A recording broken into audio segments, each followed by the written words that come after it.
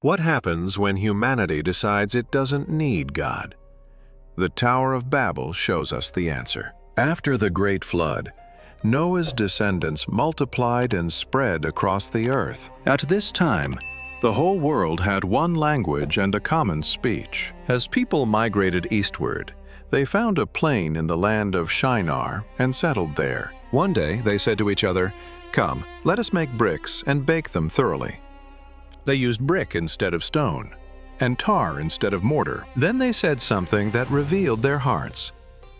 "Come, let us build ourselves a city with a tower that reaches to the heavens, so that we may make a name for ourselves and not be scattered over the face of the whole earth."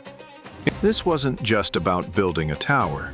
It was about human pride and rebellion against God. God had commanded humanity to fill the earth. Instead, they gathered in one place to glorify themselves. They wanted to make a name for themselves, not to honor God, but to replace Him. The tower grew higher and higher, day after day, brick upon brick, reaching toward the sky.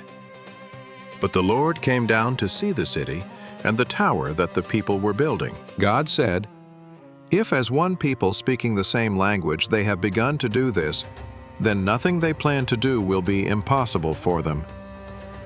God wasn't threatened by the tower's height. He was concerned about humanity's united rebellion and unlimited pride. So the Lord said, "Come, let us go down and confuse their language, so they will not understand each other." Suddenly, in an instant, everything changed. A worker called for more bricks, but his partner couldn't understand him. Another shouted instructions, but the words came out in a language no one recognized. Chaos erupted across the construction site. Friends could no longer communicate. Families were speaking different tongues. The coordinated work that had taken years ground to a complete halt. People gathered with those who could understand them, forming groups by their new languages. The Lord scattered them from there over all the earth, and they stopped building the city. That is why it was called Babel, because there the Lord confused the language of the whole world. The tower that was meant to reach heaven became a symbol of human pride and its consequences. From this single location, humanity spread across the globe, developing diverse cultures, nations, and languages.